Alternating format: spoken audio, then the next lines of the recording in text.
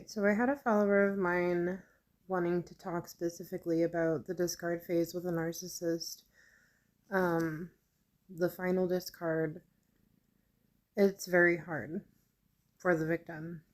I want to get into what you go through experiencing narcissism, and when the discard comes, the final discard with a narcissist, and why it's so hard to accept and move on from that. So I wanted to touch base. Sorry guys, my cat's going to be in the video. I wanted to touch base on why the discard is so hard, especially for people who are in long-term relationships with narcissists, because psychologists explain this like, when you get used to a life with somebody, especially a narcissist, you're used to the gaslighting, the manipulating, all the things that come with it, the hoovering, the love bombing, etc. And when you're used to that, like for me, it was over 7 years. So I had a rough time with the discard because I was used to being discarded and then him coming back in and, reeling me back in, and it didn't happen. And I mean, I didn't want it to, because it was terrible each time, and I knew in my heart, like, this is not the route that I want to go. But you're already feeling depleted, your self-worth and your confidence is down. So it's like when they don't do it, you feel extremely low. You've already been through it all, and it takes you to a dark place. So there's 2 reasons why a narcissist usually discards you. The first reason is you've taken them back over and over again. Narcissists get bored quickly.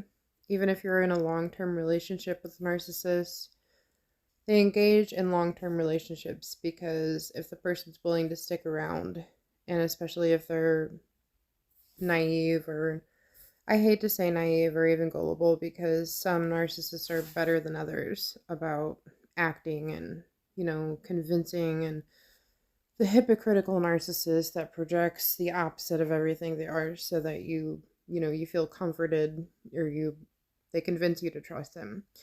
But they look at you as weak. To them, you're a doormat. You're not. It's just you trusted them. To them, it's the opposite. The important thing to remember is that you're not weak. There's nothing wrong with you.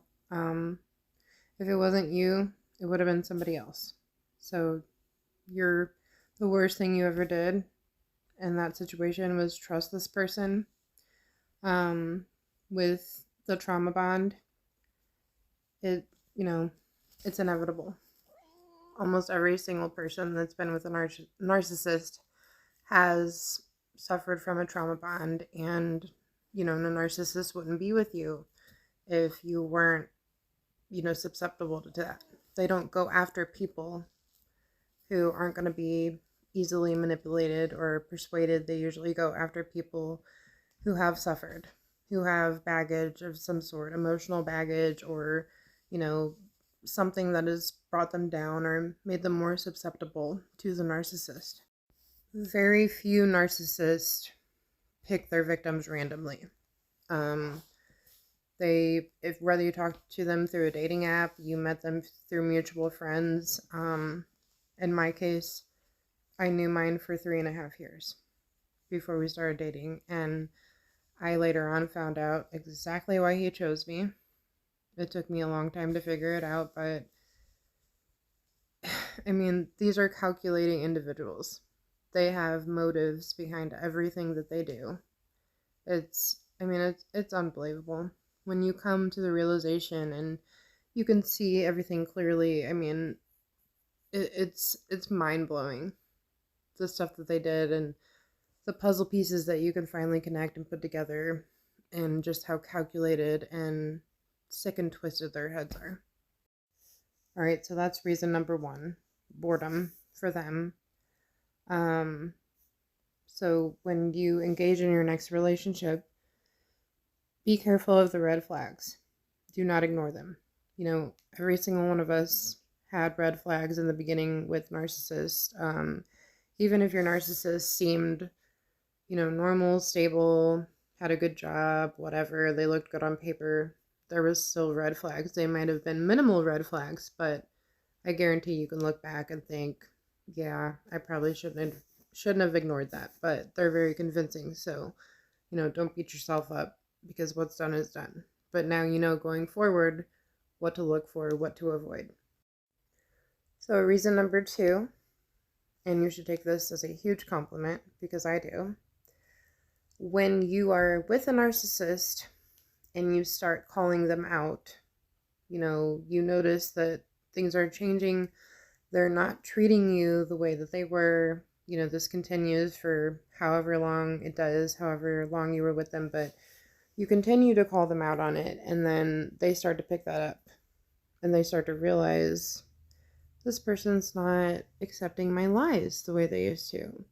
This person is making me accountable for my actions, which in turn, the gaslighting starts to happen, but you're realizing the patterns. They're repeating and repeating and repeating, and you're realizing that this person is not taking accountability for anything, and then when you confront them, they're turning it around on you. And so basically they're coming to the conclusion that they figured me out. The mask is off, essentially, and I can't fool them anymore. They're not falling for my tricks. So that's another reason why the discard happens, because you have held them accountable. You're not taking their shit anymore. You know, you're setting boundaries, because whether you know it or not, you're very, very close to being done. You know, for you, it's over. You just have to, you know, break that final trauma bond and take the next step. But for most of us, it's hard to let go because, you know, the heart, it's more easily persuaded than our heads. So that's why the narcissist discards. So take that as a huge compliment, because you were wised up to the situation and you realized what was going on. So the other thing is I wanted to talk about was stonewalling before the discard. They usually ignore you, become more cold. They have no intention to entertain what you're calling out anymore, because they know it's a dead end.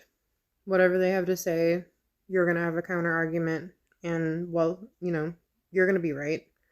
They're going to tell you how wrong you are.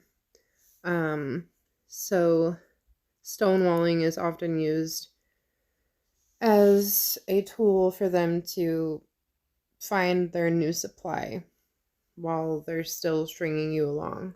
And, you know, they've had probably an ample amount of supplies the whole time they've been with you, unfortunately. And these supplies don't necessarily have to be, you know, romantic supplies. It's just literally anybody that can give them attention. Whether it's on social media, dating apps. A lot of them have second phones that you don't know about. A lot of them cannot be found online. They use fake names, fake profiles. It's sickening. And I mean, it's no wonder people go through what they go through after this. It changes your life. It changes your mentality. The issues that you have after dealing with a toxic relationship with a narcissist, it's devastating what it does to somebody. And I mean, you should seek therapy. I mean, essentially you have PTSD from this. Most of us do. And I mean, with good reason. I mean, you've been through a very traumatic experience with somebody that you trusted, and when you find out the truth behind it all, it's only people that know or have been with a narcissist truly understand and can relate to the feelings that you go through, the grief that you go through. You know, you're constantly waiting for that person that you fell in love with, the person that they pretended to be for you, to come back. And that's the other thing with the trauma bond, is they do come back every now and then. You know, when you hold them accountable and they realize you're slipping, they reel you back in, they hoover you, and it's a cycle. And it's sad. I mean, it really is. It sucks, and that's an understatement. So with the discard, unfortunately, I don't have any good advice for you other than if you have the resources, seek out therapy. If you don't have the resources for that, there's Facebook groups, support groups, you know, seek something out so that you have some support through this, because I mean, for each of us it's different. For me, the final discard, I was already done. You know, I had found out some things about him that it just kind of almost, I stayed with him almost until I hated him. And then even before the discard happened, I had moved out, I had been on my own, and I had kind of found that strength in me before it happened. So for me, it wasn't the same, it wasn't like a car crash. And I use the analogy car crash because you don't see it coming, you know, especially if you've been going through this cycle with this person for such a long time. It is, for an outsider looking in, they're probably thinking like, you know, why are you upset? Look how this person treated you. But like I said, if you haven't been through it, you don't know how detrimental it is to someone's mental health, their well-being, and all that. So I'm going to stop for this video. Next video, I'm going to talk about the physical and mental impairments that you go through when you're with a narcissist, how it affects not only your mental health, but your physical health. So thanks for watching. You guys are awesome. You can get through this. I'm rooting for you. As always, reach out to me if you need help, or if you need somebody to talk to. I'm more than happy to help anybody that just needs some support if you don't have a good support system, because like I said, not to sound like a broken record, but your support system, you can have your family and friends, but unless you've been through it, you know, they can only just hold your hand. They can't really empathize with you. So reach out to me if you need somebody to talk to. If you have any questions, you know, I'm here for you guys. So that's it for this video. We'll probably make part 2 to this next week, so stay tuned. Thank you for all your likes and subscribes. This has been really awesome to be able to reach people and actually get feedback that this is helpful for people, because I wanted to take a really terrible thing and turn it into something positive. So I'm glad that this is happening.